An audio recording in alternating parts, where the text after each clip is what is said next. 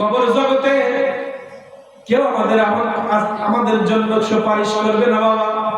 আজকে যে ব্যবসার জন্য নামাজ কাজা করি আমরা, ব্যবসায় বেচাকেনা বেশি হবে, জোহরের নামাজটা যদি দোকানে বসে 500 টাকা বেচাকেনা হবে।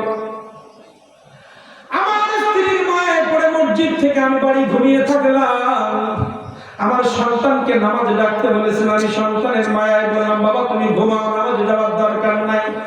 স্ত্রীর খুশি করতে গিয়ে স্ত্রীকে বললাম পর্দা করার দরকার নাই, আমার মনে চায় আমার স্ত্রী পর্দা করুক, কিন্তু অতি প্রীত করতে গিয়ে স্ত্রীকে আমি পর্দার মধ্যে রাখলাম না। অতি মহব্বত দেখাইতে গিয়ে ফজরের নামাজে আমার সন্তানকে আমি উঠাই দিলাম না, আসরের নামাজে হাত ধরে তাদেরকে ডাকলাম না। বর্তমানের মধ্যে কোরআন হাদিস শিখার জন্য আমার সন্তানকে আমি পাঠাইলাম না। যে মহব্বত আমি করলাম, বাবাকে মহব্বত করলাম, মাকে মহব্বত করলাম, স্ত্রীকে মহব্বত করলাম, ভাইয়ের মহব্বত, সন্তানের মহব্বত। আর কবরে যখন আমরা যাব, হাসরের ময়দানে যখন দাঁড়াইব, হাসরের মাঠ আমাদেরকে বলতেছে ইয়াউমা ইয়াফিরুল মারউ মিন আখিহি ওয়া উম্মিহি ওয়া আবিহি ওয়া সাহিবাতিহি ওয়া আবিহি ওয়া সাহিবাতিহি ওয়া বানি। আল্লাহ রাব্বুল আলামিন বললেন বান্দা, পৃথিবীর জমিনে তুমি ভাইয়ের জন্য নামাজ কাজা করলে, সন্তানের মায়ায় পড়ে তুমি নামাজ কাজা করলে, স্ত্রীর মায়ায় পড়ে নামাজ কাজা করলে, ব্যবসার মায়ায় পড়ে নামাজ কাজা করলে, বান্দা হাসরের ময়দানে যাদের জন্য নামাজ কাজা করেছো, ওই মানুষ, ওই ব্যবসা, ওই বন্ধু, ওই ভাই, ওই স্ত্রী, ওই মা বাবা, ওই সন্তান তোমার কাছ থেকে সবার আগে পালিয়ে যাবে। কবরের মধ্যে স্ত্রী এসে বলবে না, ও ফেরেশতা, আমার মায়ের স্বামী পৃথিবীর জমিনে একসাথে কত বছর ঘুমাইলাম, আমার স্ত্রীর জ্বর হয়েছে, একসাথে ঘুমাই নাই, আমার স্বামীর জ্বর হয়েছে, স্ত্রী ঘুমাই না, কত মহব্বত, স্ত্রীর একটু মাথা ব্যথা হয়েছে, ডায়াবেটিস ধরা পড়েছে, প্রেসার হয়েছে, আমার স্ত্রীর মাথায় ব্যথা, বুকে ব্যথা, আমার স্ত্রীর মুখ অসুস্থ, ঢাকায় নিয়ে যায়, বিদেশে নিয়ে যায়, স্বামী অসুস্থ হলে স্ত্রী বাপের বাড়ির জমি বিক্রি করে তার চিকিৎসার জন্য ঢাকার বুকে নিয়ে যায়। এত মহব্বতের স্বামী, ও ফেরেশতা, আমার স্বামীকে আমি বড় মহব্বত করতাম, আমার স্বামীকে তুমি আযাব দিও না, আমার স্বামীকে তুমি আযাব দিও না। কবরে এই কথা চলবে নাকি? আর কোন স্ত্রী যদি কবরের মধ্যে চলে যায়, স্বামীর খেদমত করতে গিয়ে, স্বামীর খেদমত করতে গিয়ে রোজা রাখতে পারে নাই, সন্তান লালন করতে গিয়ে মা আপনি যদি নামাজ কাজা করে ফেলেন, আপনি স্বামীকে খুশি করতে গিয়ে যদি আপনি বেপরদায় চলেন, এলাকার মানুষের খুশি করতে গিয়ে আপনার চেহারাটা যদি বের করে রাস্তা দিয়ে চলেন, আপনার কাছে প্রশ্ন করি, যাদের খুশি করতে গিয়ে আপনি বেপরদায় চললেন, আপনি মনে করতেছেন আমার ননদ আসছে, আমার দেওর আসছে, আমার ভাসুর আসছে, আমার স্বামীর ব্যাংকের কোয়ালিক, স্কুলের কোয়ালিক, আর স্বামী ইউনিভার্সিটির কোয়ালিক, ব্যবসা পার্টনার আমার বাড়িতে আসছে, তার সামনে যদি আমি চেহারা খুলে মিষ্টি মিষ্টি কথা না বলি, আমার স্বামীর সাথে তার ভালোবাসা থাকবে না। স্বামীর বন্ধুকে খুশি করতে গিয়ে আপনি বেপরদায় তার সামনে গেলেন, আপনি যখন কবরে যাবেন, ওই স্বামীর বন্ধু, স্বামীর 14 গোষ্ঠী কেউ আপনার জন্য সুপারিশ করতে পারবে না। সবার জন্য মিলায় ঝিলায় কথা বলছি।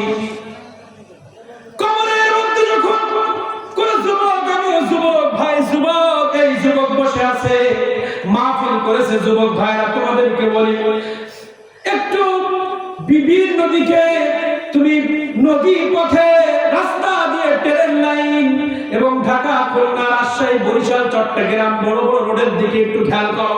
সাতক্ষীরা থেকে খুলনা, খুলনা থেকে বরিশাল, বরিশাল খুলনা থেকে ঢাকা, খুলনা থেকে চট্টগ্রাম, লঞ্চ পথ, গাড়ি পথ, বিমান পথ, প্রতিদিন ইউটিউব দেখো কত যুবক গাড়ি অ্যাক্সিডেন্টে মারা যায়, কত যুবক আগুনে পুড়ে মারা যায়, কত যুবক বিভিন্ন ভাবে তারা মারা যাচ্ছে। যুবক, তুমি আজকে তোমার যৌবন ইউটিউবের জন্য বিলীন করে দিলা, সারা রাত তুমি ইউটিউব দেখে আল্লাহকে ভুলে গেলা, আল্লাহর সিজদাকে ভুলে গেলা।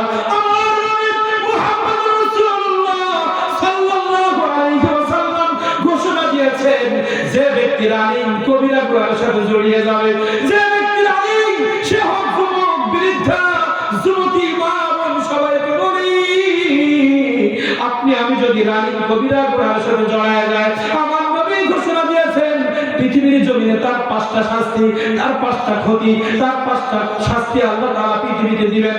তার 1 নাম্বার, তার চেহারার সৌন্দর্য নষ্ট হয়ে যাবে। 2 নাম্বার, কলবে ময়লা পড়ে যাবে, কলব নষ্ট হয়ে যাবে।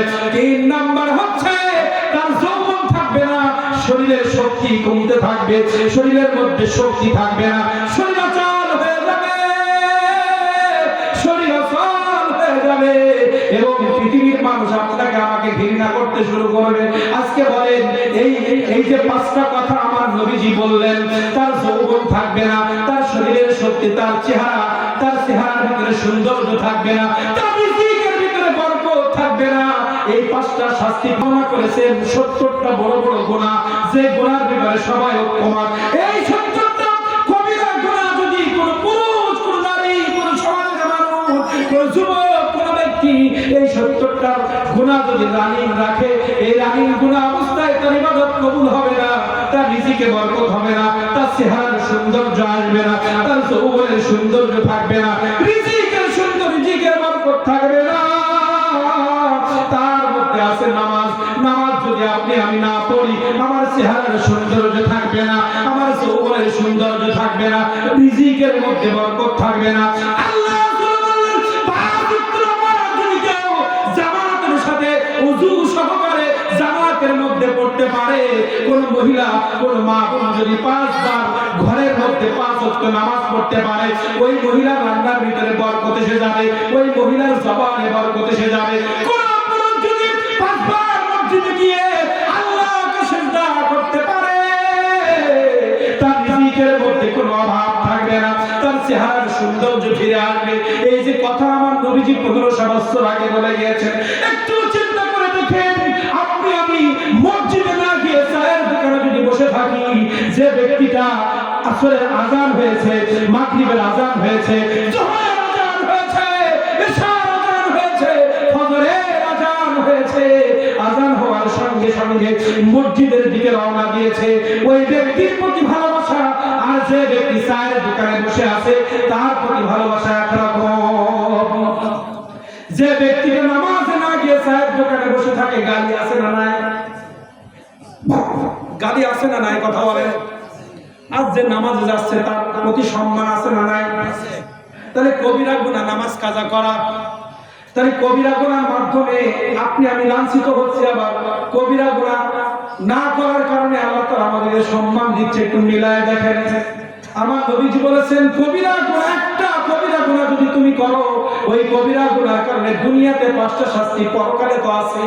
তার মধ্যে একটা হচ্ছে নামাজ যদি সঠিকভাবে না পড়তে পারি, আল্লাহ রাব্বুল আলামিন আমার সৌন্দর্য কেড়ে নেবেন। এই সৌন্দর্য থাকবে না, শুধু কালো হলে আর সাদা হলে সৌন্দর্য না, চেহারার ভিতরে হাসি মুখ, সুন্দর উজ্জ্বল চেহারা কালো মানুষের হতে পারে। আপনি আমি 5ম নাম্বার হচ্ছে পৃথিবীর মানুষগুলো তাদেরকে ঘৃণা করতে শুরু করবে। রানিং কবিরা গুনাহ পৃথিবীর কোন যুবক, কোন মানুষ যদি করে, 5টা ক্ষতি হবে। 1 নাম্বার যে ক্ষতিটা হবে, চেহারার সৌন্দর্য কমে যাবে। বুঝতে হচ্ছে তো? একটু মিলাবেন। কবিরা গুনাহ কয়েকটা, 70টার মধ্যে 4-5টা কবিরা গুনাহ বলবো, এটা বলার দরকার আছে। মা বোনদের শরীরে কেন এত রোগ? মা বোনদের রান্নায় বরকত উঠে গেছে, আমাদের প্রত্যেকটা কাজের ভিতরে আমাদের অশান্তি, পেরেশানি কেন? এই কথা শুনলে আমরা মিলাবেন বাড়িতে গিয়ে। হুজুর যে বললো আজকে জুমার আমার এই বিষয় ছিল, এজন্য হঠাৎ করে মনে আসলো, এত আজ বসে শুনছি কিন্তু আমাদের কোনো পরিবর্তন নেই কেন? আজকে কোরআন হাদিস থেকে দেখলাম আমার নবীজি বলেছেন, যে কোনো একটা কবিরা গুনাহ রানিং যদি কেউ করে, দুনিয়াতে 5টা শাস্তি আছে তার। এখন দেখছি ইলিশ মাছ আগে রান্না করতো এলাকার মানুষ সবাই গন্ধ পাইতো, এখন মুখের কাছে নিচ্ছি তা গন্ধ পাওয়া যায়। ইলিশ মাছ মুখের কাছে নিচ্ছি 1000 টাকা কেজি, পাশের মানুষ তো দূরের কথা, আমিও তো গন্ধ পাচ্ছি না। কারণ কি? এত টাকা আমার বাপদাদা, এখানে যারা মুরব্বী আছেন তাদের বাপদাদের 8-10টা ছেলে মেয়ে ছিল, কেউ না খেয়ে থাকে না, সবসময় হাসি মুখ ছিল তাদের। সমাজের সবার সাথে মিশে চলেছে, কিন্তু আজকে আমাদের লক্ষ লক্ষ টাকা, টাইলস করা বাড়ি, মোটরসাইকেল, কিন্তু শুনলে বলে ভালো নেই। লক্ষ লক্ষ টাকা, খাবার অভাব নাই, কিন্তু শান্তি নাই কেন?